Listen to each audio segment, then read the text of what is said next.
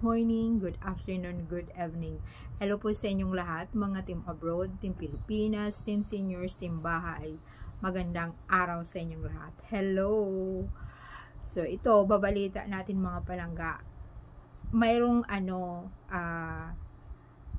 hindi naman party, parang dinner date, or nagsama-sama silang magkapatid dahil birthday ni Reza, yung bunsong kapatid ni Alden. So, 'di ba, tatlo lang silang magkapatid, dalawang lalaki, isang babae. Pero mayroong isa, yung bunso nila si Angel. Ano rin naman nila yan, kapatid. Pero yung talagang tatlo, talaga sila, yung isa lang yung mother nila. Tapos, ang dami naman kasing chismis, ikapatid din nila yan yung bunso. Pero yung nakita natin noon sa inilabas kasi, yung buhay ni Alden, tatlo lang sila, yung bunso nila si Reza. Pero mayroon ngang bunso nila si Angel, yung pang-apat.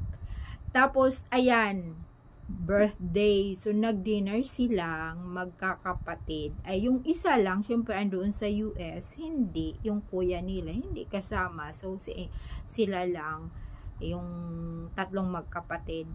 Nandoon din si Mama Ten. Pero, hindi ko nakita yung boyfriend ni Reza. Parang bihira naman nilang makasama yan, diba? Siyempre, pag sa side ng Fulkerson, yung magkapatid nandoon talaga. So, nandoon si Daddy Bay, tapos, ayun, mga team ata, hindi, mga pinsan. Ay, nandoon nga si April, pinsan. Ayun naman nga, si April, pinagka-anuhan din ng mga sarsuelistas, yun daw ang syuta. Naku, pinsan po nila yan. Pinsan yan sa side, sa father side ni Alden. Di po ba sa father side yan? So, ayan. Yan, talaga yan, very close yan sila. Yung mother ata, nandyan sa Japan, kasi palagi din yan si April. Ayan, at saka hindi, yung naalaala nyo mga palangga, yung sa mga babies, diba nila, na panay nagpo-post noon si April. Ngayon, syempre, lumalaki na yung mga bata at marunong na, noon mga babies pa sila. Diba, mga maliliit pa sila, kung maalaala nyo, ang daming mga post si April. Minsan nga pina-private na, tapos yung mga followers na lang niya ang nakakakita. Hindi na mabuksan noong nagiging yun ang topic ng Aldab Nation. Diba?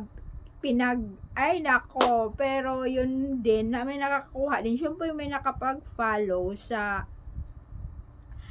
IG ni Ma'am April. Tapos, diba, ito, balikan natin. Kasi alam nyo, yung mga iba talaga, pupunta lang sa vlog ko, pupunta lang sa vlog natin na, ayun na nga, mambabash lang sa atin. Yan na nga, mayroon ngang sa atin, nanonood. Hay nako, i-stop na daw natin yung pagbabalita kay Alden at Men dahil hindi nga daw sila mag-asawa. Bakit niya tayo minamanduan? Mayroon ba tayong ang atin lang naman? Siyempre, ibabalita, hindi naman natin sila sinisiraan. Di ba mga palangga, iniidolo lang natin sila, yung pinapaniwalaan natin yung noon, hindi isa ngayon, kasi ginawa na nga nilang private yung kanilang buhay, ayaw nga nilang ilalantad. So, pero soon, ilalantad nila yan. So, ayan na nga si Ma'am April, diba? Ang dami kayang mga pictures noon ni Ma'am April. Tapos, yung mga favorite pa ni Maine, ang mga kulay nung baby, yung girl, di ba? Mga palangga. So, syempre, kaguluhan yun ni kaninong baby yun. Yung mga color na yun, na kahit yung mga salawal nung bata, favorite ni Maine. Tapos, andoon si Ma'am April. Nako, di ba, ang dami talagang mga hint yun na inilabas. Ngayon, nag-i-stop na nga. Siguro, sa akin lang to mga palangga, malaki na kasi yung mga babies. Syempre, marunong na kung anong sasabihin.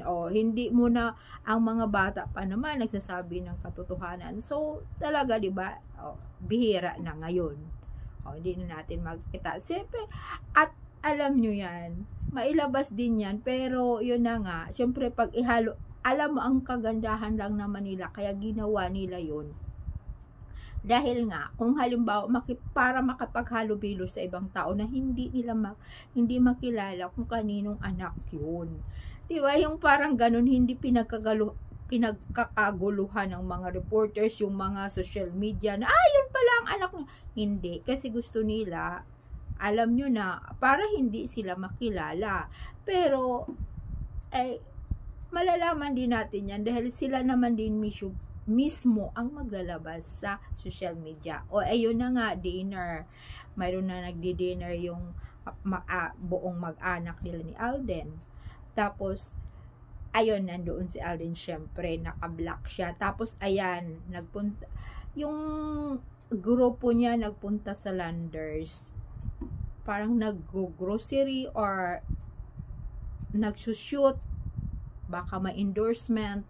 Tapos, ito na naman, mayroon daw doon na kumukuha din daw ng mga pictures kay Alden, nagpo-post na sinisiraan din daw si Alden, sabi ng mga fans doon.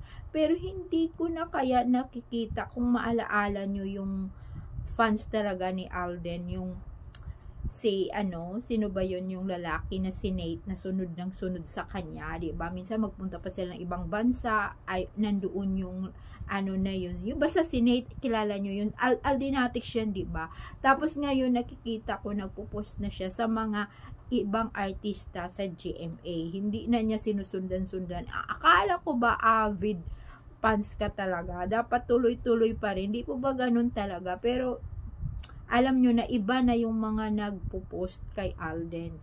So, ayan mga palangga, ito pa rin, no? Ito, isang din, na nominated si Alden sa Grammy Awards ng FAMAS ng Best Actor. Ito na naman yung HLA. Yun na naman ang para siya na nominate doon sa film na yon na kita mo, mayroon na namang magbabash dyan kung mananalo si Tisoy. Talaga naman, may posibilidad na manalo siya sa FAMAS. Agay! At saka, nominated din siya ng, mayroon din sa Bayaning Pilipino.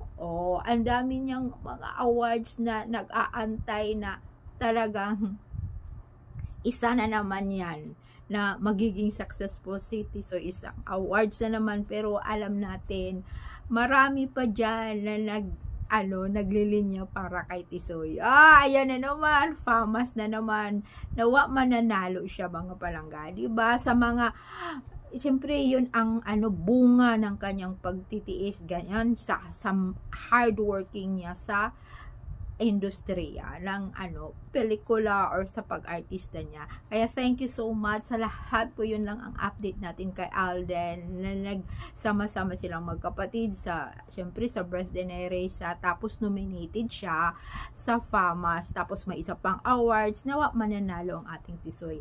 Bye! Thank you so much. Baybayan lang natin at mag-comments lang kayo mga palangga. Thank you. Bye!